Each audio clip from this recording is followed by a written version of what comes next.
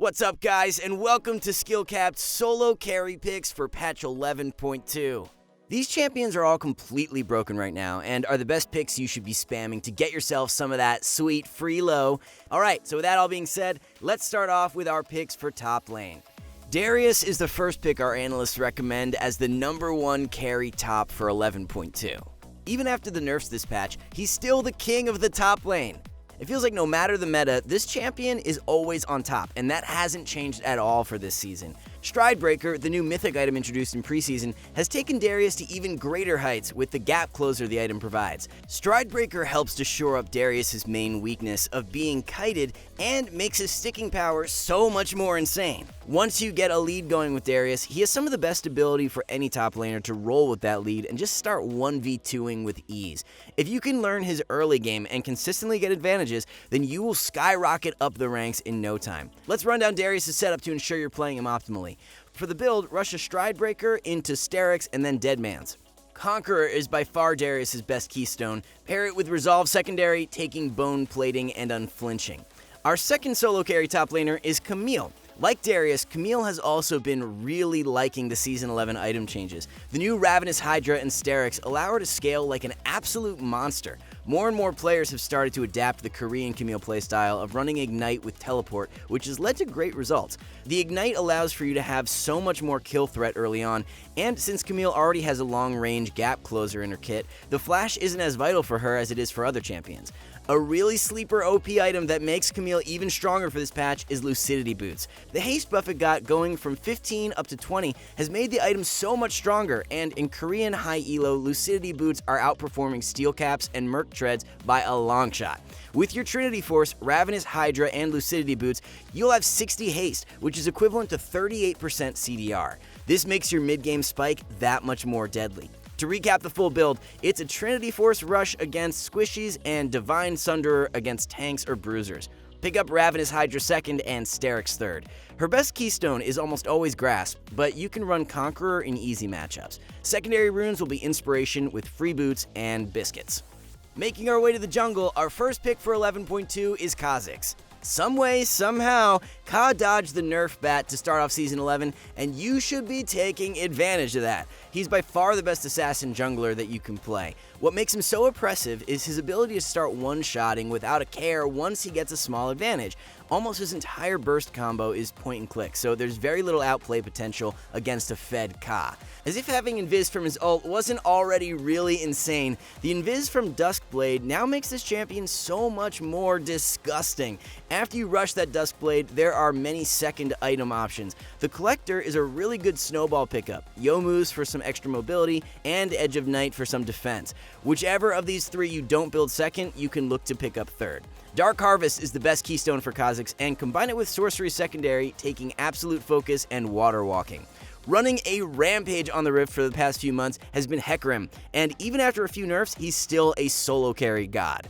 Hecarim has such a strong clear, combined with insane gank threat, which makes his ability to snowball and take over games ridiculously good. He's even pretty simple to play as well, which means you can add him to your champ pool and start winning almost immediately. If you build Divine Sunderer and Sterak's, he turns into a champion who can one-shot and also tank an enormous amount of damage. This is a bit of a problem to say the least.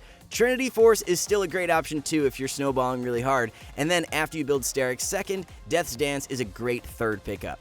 Conqueror is easily Hecarim's best keystone, as he can stack it up so fast and reap great benefits. For secondary runes, go Domination with Sudden Impact and Ravenous Hunter. Moving on to the mid lane, we have Anivia as our first solo carry pick. The mini rework she received was really successful in the sense that she's actually being played a ton now and is one of the best mid picks. Everything about her is just so much better now. Her E cooldown was reduced, her auto animation is so much smoother, and her ult is on a much shorter cooldown. The zone control Anivia possesses makes her a teamfight god, and against any champions who don't have gap closers, she won't allow them to play the game. Anivia's ability to stall games out makes her a 1v9 machine. Even in games to where your team's in early, you can drag the game out long enough to where they are useful and pull off massive comebacks. The build for Anivia is a Luden's Rush against squishies and Liandry's against tanks. Everfrost is even an option as well against heavy dive champs to help you peel better. Zhonya's and Archangels can be interchangeable as second and third items depending on if you need the defensive power from Zhonya's. Electrocute is the best keystone for Anivia in most games. However, against heavy dive comps or melee champs, running Phase Rush to kite away is really good too. Precision secondary works really well, taking Presence of Mind so you never run out of mana in teamfights. Another champion who just recently received a mini rework was Pantheon, and exactly like Anivia, it's left him in a really OP state. He's an amazing mid laner into any other melee pick like Yone, Yasuo, or Zed that you see a ton of in this patch. The short cooldown spammable ability in his Q allows him to easily out-trade these champs, and because all of his damage is guaranteed point and click, Yone and Yasuo can't use their dashes to outplay anything. His early skirmish is the best for any mid laner in the game at the moment. Pantheon's point and click stun just makes fighting early so reliable. When you're battling for those scuttle crabs, you will always come out with an advantage. The build for Pantheon mid is an Eclipse Rush, followed by Black Cleaver second, and then Sterix third. Rune-wise, Conqueror is the go-to. Take inspiration secondary with Biscuits and Time Warp Tonic to amplify your early game power. The ADC meta has remained pretty stale for the past little while, but that's not necessarily a bad thing since Jhin is pretty fun to play and beyond busted. His scaling strength is disgustingly strong, and even his early game is no slouch either. There isn't a glaring weakness to any part of Jhin's game, which leaves him as one of the best ADC to climb with to start off the season. The introduction of Gale Force really just tipped Jhin over the top since he now has access to a gap closer that provides him with way more survivability and outplay. Even after the cooldown nerfs to Gale Force in 11.2, we are still very high on Jhin and rate him as a top tier pick. After rushing Gale Force, the Collector will be your second pickup, which synergizes so well with Jhin's kit. Once you complete this 2-item spike, you turn into an ADC assassin. Your fourth shot combined with Gale Force active and the Collector execute can take out squishies from 50% HP. Third item can be a Fire Cannon for more survivability, or Infinity Edge to bolster your damage. Dark Harvest is Jhin's best keystone, and you'll want to combine it with Precision Secondary, taking Presence of Mind and Bloodline. The number one ADC in the game that you should be spamming for Freelo is Kai'Sa. She saw a steady increase in power throughout Season 10, with so many other ADCs being nerfed, and ended up indirectly becoming one of the best picks. That's transitioned into Season 11 quite nicely, as she becomes even stronger for 11.2 due to the Gale Force nerfs and Jhin dropping down a bit. The support meta complements Kai'Sa so well at the moment. Thresh, Alistar, Maokai, and Leona are the most played supports right now, which is great for Kai'Sa since the heavy CC they provide gives her easy passive stacks and makes her burst potential and snowball really strong. The changes to Runaan's indirectly make her even better, as she can hit that mid-game spike way faster now. Rush item will be Kraken Slayer or Gale Force depending on preference, followed up by the Collector and Runaan's third. Hail of Blades gives her massive burst, and then Precision Secondary with Presence of Mind will help her mana problems. And then for our two best support picks, first up is Maokai.